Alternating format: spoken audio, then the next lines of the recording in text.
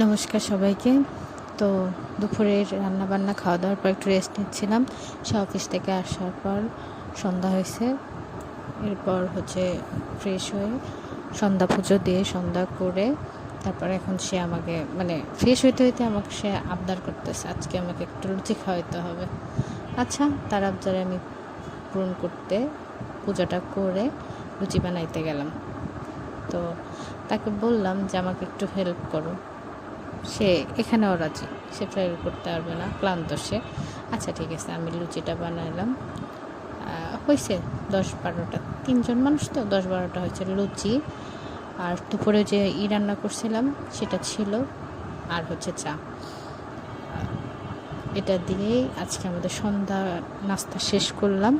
এরপরে বললো যে চলো একটু বাজার করে আসি। বাজার করতে গেলাম। তার প্রিয় একটা উশি বলে, আমরা চিচিঙ্গাও বলি, উশি আর পটল আনছে। এই তার প্রিয় খবর, পটল আর আলু ভাজি সে কী ভালো খায়, কিন্তু বলে বোঝাতে পারবো না। তারপরে মাছ ছিল না, মাছ আনলো।